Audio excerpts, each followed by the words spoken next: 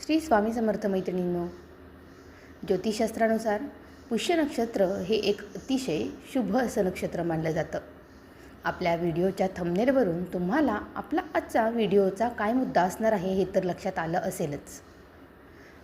पुष्य नक्षत्रामध्ये नक्षत्रांचा राजा असं देखील याला म्हटलं जातं, ज्यामध्ये माता लक्ष्मी प्रकट झाली होती असंही म्हटलं जातं. जेव्हा हे नक्षत्र गुरुवारच्या दिवशी येतं तेव्हा या संयोगाला दुहेरीचं योग असं म्हणून आपण अतिशय महत्त्वाचं स्थान देत असतो. गुरुवारी पुष्य नक्षत्र आल्यानं त्याला गुरुपुष्यामृत योग असं देखील म्हटलं जातं. तसं तर गुरुवार हा गुरु ग्रहाद्वारे नियंत्रित केलेला ग्रह आहे. हा सर्वात जास्त फायदेशीर ग्रह आहे. ज्याचा गुरु बलवान तो व्यक्ती सतत आनंदी, उत्साही आणि त्याला कुठल्याच गोष्टीची कमतरता भासत नाही असं आपण म्हणत असतो. म्हणूनच गुरु शिष्य युती ही अत्यंत शुभ मानली गेली. यालाच गुरुपुष्य नक्षत्र योग किंवा गुरुपुष्य अमृत योग असं म्हटलं जातं. मराठी नववर्षामधील हा पहिला गुरुपुष्यामृत योग. यंदाच्या वर्षीच्या या गुरुपुष्यामृत योगाच्या तारीख, विधी, मुहूर्त, या दिवशी आपण काय करायचं आहे, काय टाळायचं आहे आणि यासोबतच अखंड धनलक्ष्मीसाठी किंवा संपत्ती प्राप्तीसाठी आपल्याला काही उपाय जर करणं गरजेचं पडलं तर ते कोणते आहेत, अशा सगळ्या गोष्टींची माहिती तुमच्यासाठी आजच्या या व्हिडिओमध्ये मी घेऊन आली आहे. आपला हा व्हिडिओ शेवटपर्यंत व्यवस्थित ऐका. आपल्या चॅनेलला लाईक, सबस्क्राईब, शेअर करा आणि लाईक केल्यानंतर हाईप म्हणून जे बटन येईल त्यावरती देखील एकदा अवश्य क्लिक करा. यासाठी तुम्हाला कोणते इतरच पैसे देण्याची गरज नाही. चला तर मग व्हिडिओला सुरुवात करूया. गुरुपुष्यामृत योगाच्या तारीख, पूजा, विधी आणि मुहूर्त यापासून. कोणत्याही गोष्टी आणि यशाच्या प्राप्तीसाठी आपण नेहमी शुभमुहूर्ताची वाट पाहत असतो. अक्षय तृतीया हा सण होऊन गेल्यानंतर आपण ज्या गोष्टीची कोणत्याही शुभ कार्यासाठी वाट पाहत असतो तो म्हणजे गुरुपुष्यामृत योग.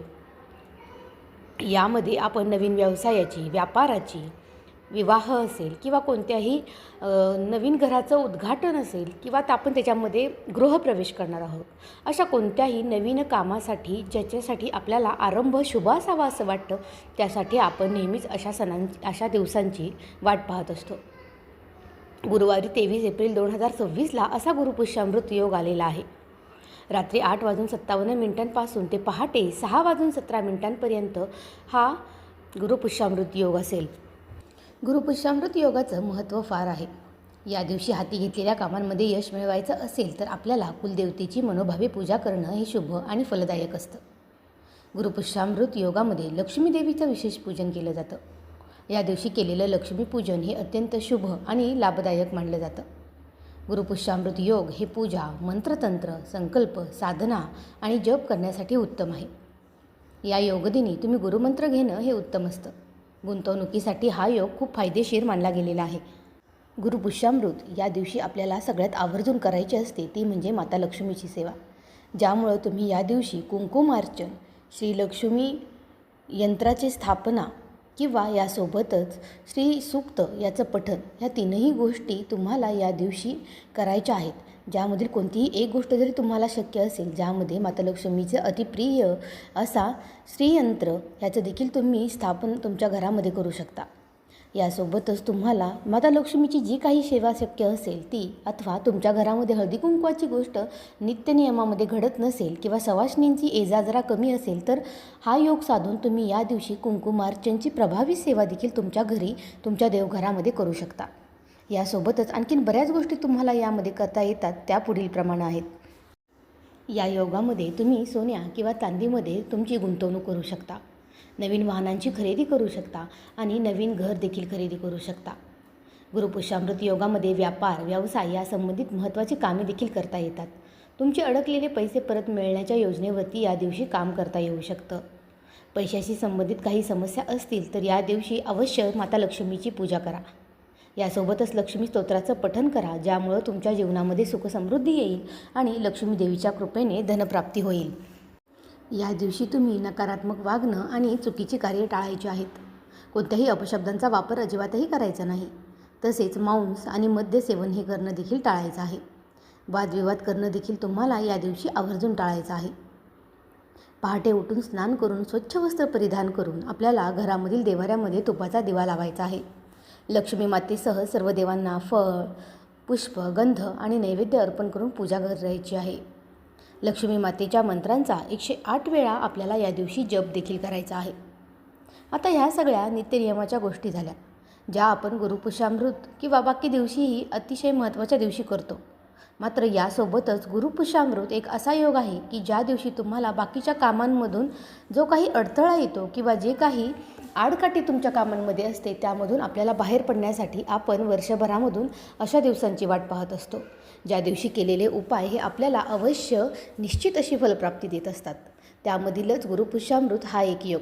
चला तर मग आता तुम्ही असे कोणते उपाय करू शकता जे तुम्हाला गुरुपुष्यामृत या दिवशीच करावे लागतात. गुरुपुष्य योगाच्या दिवशी देवी पारदलक्ष्मीसोबत एकाक्षी नारळाची अवश्य पूजा करा. गाईला गूळ खाऊ घालणं हे देखील खूप शुभ मानलं जातं. नोकरी व्यवसायामधील समस्या दूर होतात, संपत्तीमध्ये वाढ होते. या दिवशी तुम्ही पूजेमध्ये वापरला केलेला नारळ हा लाल कापडामध्ये बांधून कपाटात किंवा तिजोरीत ठेवा. यामुळं नोकरीच्या शोधामध्ये असणाऱ्यांच्या करिअरमध्ये अवश्य प्रगती होते.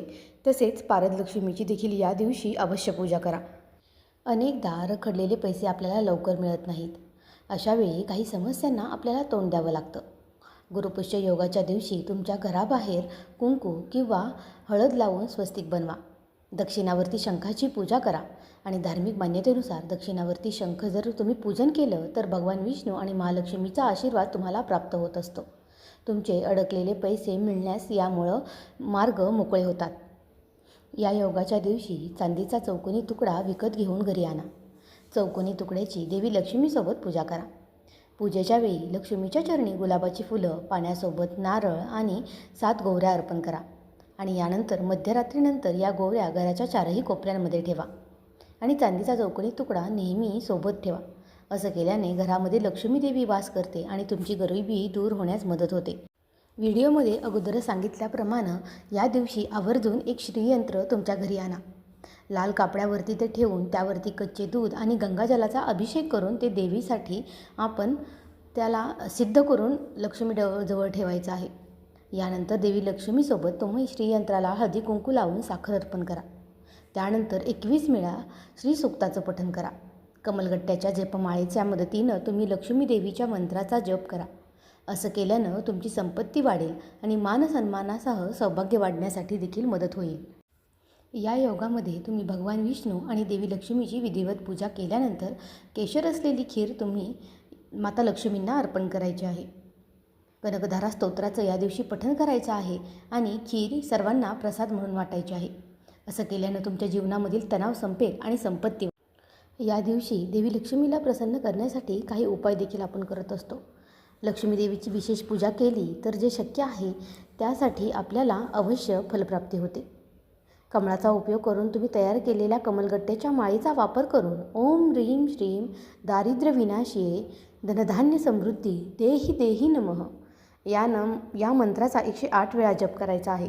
गुरुपुष्यामृत योगाच्या दिवशी शुभयोगामध्ये घराच्या मुख्य दरवाजावरती स्वस्तिक चिन्ह लावणं शुभ असतं. असं केल्यानं माता लक्ष्मी घरामध्ये वास करते. या दिवशी सकाळी आणि तिन्ही सांजेला देवी लक्ष्मीसमोर तुपाचा दिवा लावणं हे देखील शुभ मानलं जातं. कोणी जास्त काळ पैसे गुंतवले असतील तर त्याला भविष्यामध्ये चांगले फळ मिळते. एवढंच नाही तर या नक्षत्रामध्ये शिल्पकलेचा आणि चित्रकलेचा अभ्यास सुरू करणं, घर बांधणं, नवीन कामं सुरू करणं, नवीन व्यवसायाची वृद्धी करणं किंवा नवीन व्यवसाय सुरू करणं अशा देखील गोष्टी खूप आवर्जून केल्या जातात. तर अशा पद्धतीनं गुरुपुष्यामृत योगाच्या दिवशी सांगितलेले अखंड लक्ष्मी प्राप्तीचे हे उपाय तुम्ही अवश्य करा, जेणेकरून तुम्हाला उद्या येणारा गुरुपुष्यामृत योग हा अतिशय फलदायी आणि आनंददायी होईल. आपली माहिती तर तुम्हाला आवडली असेल तर ती जास्तीत जास्त लोकांपर्यंत अवश्य शेअर करा.